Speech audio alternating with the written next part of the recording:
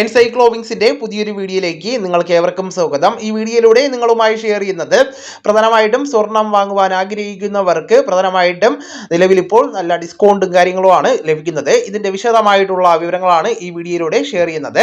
നമ്മുടെ വീഡിയോ സാധ്യമായി കാണുന്ന സുഹൃത്തുക്കളാണെങ്കിൽ ആദ്യമേ തന്നെ ചാനൽ ഒന്ന് സബ്സ്ക്രൈബ് ചെയ്യുക. അപ്പോൾ നമുക്ക് വിശദാംശങ്ങളിലേക്ക് കടക്കാം. പ്രധാനമായിട്ടും എന്തുകൊണ്ടാണ് സ്വർണ്ണവില കുറയുന്നതെന്ന് നമുക്ക് പരിശോധിക്കാം.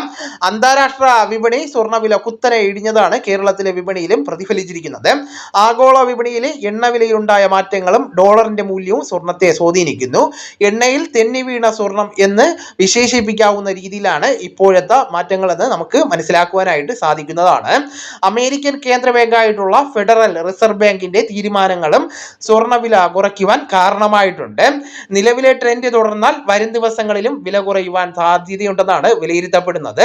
കുറച്ചു കാലം മുൻപ് വരെ സ്വർണ്ണവില പവന് 1 ലക്ഷം രൂപ കടക്കുമെന്ന് പലരും പ്രവചിച്ചിരുന്നു.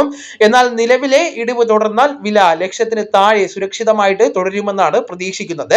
വിവാഹ സീസൺ വരാനിരിക്കെ ഈ ഒരു വില കുറവ് സാധാരണക്കാർക്ക് വലിയ രീതിയിലുള്ള ആശ്വാസമാണ് നൽകുന്നത്.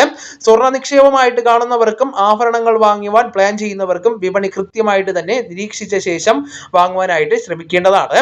സ്വർണ്ണവില ഇനിയും കുറയുമെന്ന് പ്രതീക്ഷിക്കുന്നുണ്ട് എങ്കിൽ നിങ്ങളുടെ അഭിപ്രായം കൂടെ കമന്റ് ആയിട്ട് രേഖപ്പെടുത്തുക.